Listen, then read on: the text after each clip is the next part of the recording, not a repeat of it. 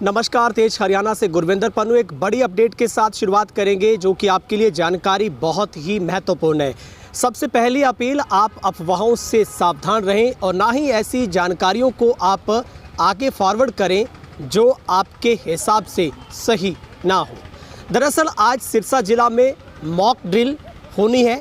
इसमें किन किन सावधानियों को आपने बरतना है, क्या क्या आपको जानकारी है, वो सबसे ज़रूरी चाहिए वो मैं आपको बताऊंगा। क्योंकि पहलगाम हमले के बाद भारत की ओर से आतंकवादियों के ऊपर जो जवाबी कार्रवाई में पाकिस्तान और पाकिस्तान के अधिकृत जम्मू कश्मीर के उन आतंकियों के ठिकाने के ऊपर जो सिंदूर ऑपरेशन चलाकर एयर स्ट्राइक की गई, उसके बाद आज देश भर के ऐसे कई हरियाणा के 11 स्पॉट हैं जहां पर मॉक ड्रिल के जरिए आपात स्थिति से निपटने के लिए, देश में कभी भी ऐसी कोई आफत आए, ऐसी इमरजेंसी हो, उससे हमारे देश मुल्क के लोग कैसे अपनी हिफाजत कर सकते हैं। और सबसे ज़रूरी बात है, ये एक आज की मॉक ड्रिल सिर्फ एक अभ्यास होगा, ना कि आप इसके लिए पैनिक क्रिएट करें। सबसे पहले आपको तस्वीर दिखाते हैं। इसी सिलसिले के ऊपर पूरी जानकारी देने के लिए डबवाली से जो एसडीएम है अर्पित सेंगल की तरफ से एक प्रेस कॉन्फ्रेंस करके तमाम जो लोगों को इस बारे में पूरी जानकारी दी गई है।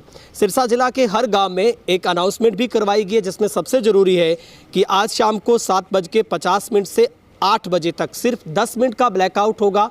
आपको अपने घर की तमाम लाइटों को बंद कर देना है और कमरे के भीतर आप आराम से बैठिएगा। रोशनदान जितने भी हैं आपके, अलमीरा वगैरह जहां पर भी हैं, उनको भी आप ढक दें।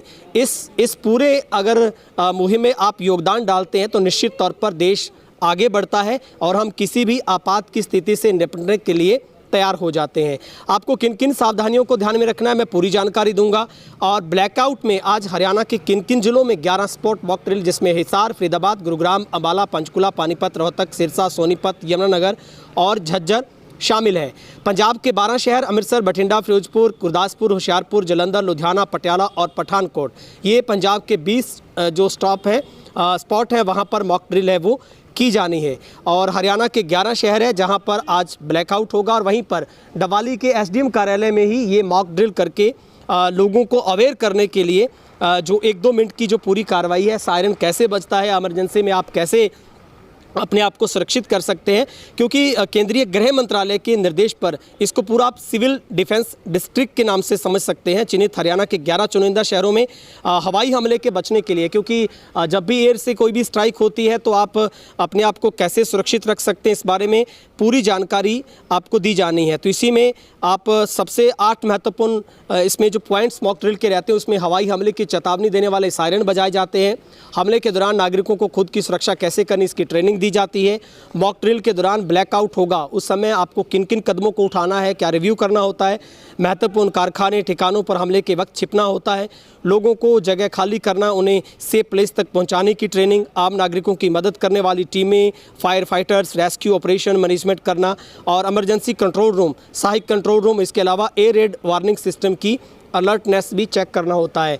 तो ये सिर्फ 10 मिनट के लिए पूरे का पूरा ब्लैकआउट करना है, जिसमें लाइट को भी बिजली विभाग की तरफ से बंद रख के ये एक तरीके से तमाम उन सुरक्षा के नियमों को जांचने का तरीका होता है। इसे आप युद्ध से पहले का अभ्यास कह सकते हैं, या फिर ऐसी आपातकाल की कोई भी स्थिति, न जाने देश पर किसी तरीके की कोई भी आफत आती है तो सबसे पहले प्रायोरिटी रहती है कि आमजन लोगों को, नागरिकों को कैसे सुरक्षित रखा जा सकता है, आप कैसे अपना बचाव कर सकते हैं। सिर्फ इन्हीं बातों को समझाने के लिए ये ब्लैकआउट या फिर इसको मॉक ड्रिल है, इसको किया जाता है। इससे पहले भी देश में की गई है, समय समय पर करवाई जाती है, हमारी देश की सेना इनको करवाती रहती है।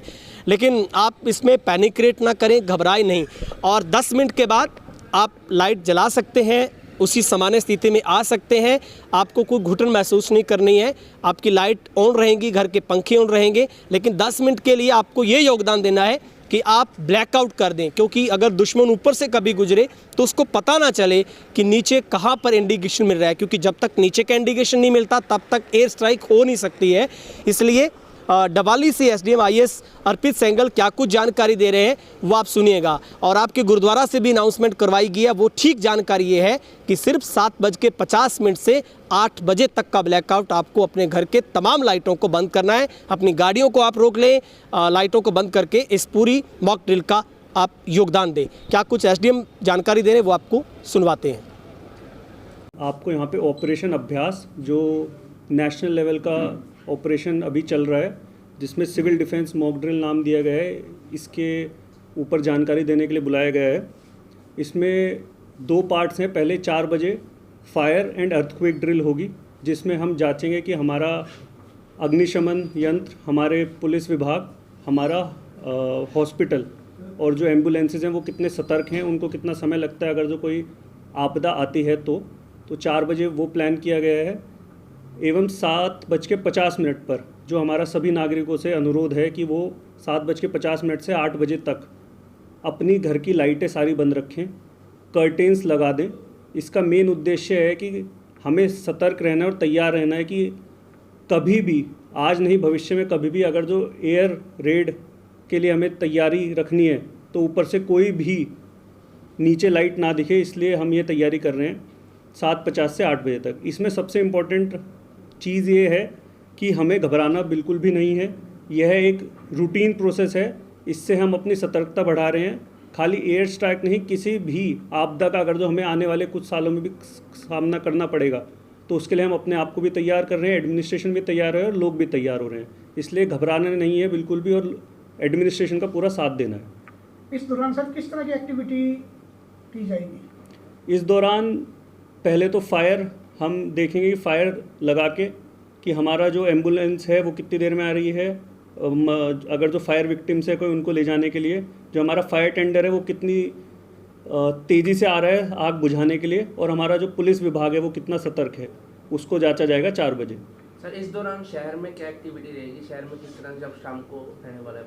शहर में हमारा जो मेन उद्देश्य है 8 बजे जो 4 बजे की हमारी प्रैक्टिस है वो मोस्टली एक स्पॉट को लेकर है, जिसमें आम आदमी का सहयोग की आवश्यकता नहीं है। हमें जो आम आदमी के सहयोग की आवश्यकता है वो है 7:50 पर, जिसमें उनको अपनी लाइटें बंद करनी है, कर्टेन्स लगाने हैं और कोई भी लाइट का सोर्स उसको बंद करना है अपने स्तर पर, जिससे ऊपर से कोई भी अगर जो उनको पिन पॉइंट ना कर सके।